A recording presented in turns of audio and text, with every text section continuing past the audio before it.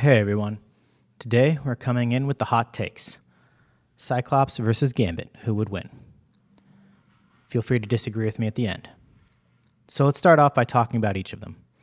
Cyclops has the power to shoot optic blasts from his eyes, which can destroy solid objects and opponents.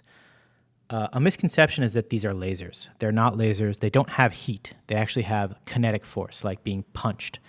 And his eyes, again, aren't producing lasers. His eyes are actually a window to another dimension that is filled with this kinetic energy. That's why he doesn't have full control over his powers. When he opens his eyes just are the windows for that energy to come out, and why he wears those visors, which he can open and close with his hands. But he does have the ability to control the intensity and the direction of these blasts, again, using his visor, and that makes him a very versatile combatant. Additionally, he's an experienced leader and strategist, having led the X-Men for many years. And I'm going to give him an edge factor here because he knows a lot about Gambit, having studied all of the X-Men so that he can be a tactician for them. In terms of fighting skills, he's highly trained in hand-to-hand combat and pretty solid fighter all around. Gambit, on the other hand, has the power to charge objects with kinetic energy, and causing them to explode upon impact. Essentially, he can make bombs out of touching things. He uses a deck of cards as his ammunition, but really he can pick up anything, a rock, a brick, anything he touches he can charge and it will eventually explode. He's also highly skilled in hand-to-hand combat himself, and he uses a staff, and that might give him a little bit of an edge when it comes to being up close and in person. Again, he can throw these cards that act as explosives with deadly precision.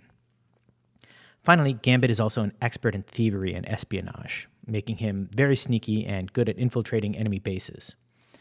In a one-on-one fight, it would be a pretty close match, I think, between Cyclops and Gambit. Both are skilled fighters and have powerful abilities.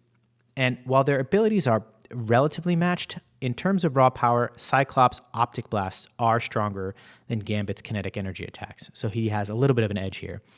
Furthermore, Cyclops' strategic mind and leadership experience would give him an advantage in battle, especially if it's a battle where they know they're going into it and Cyclops has a little bit of time to sort of think strategically.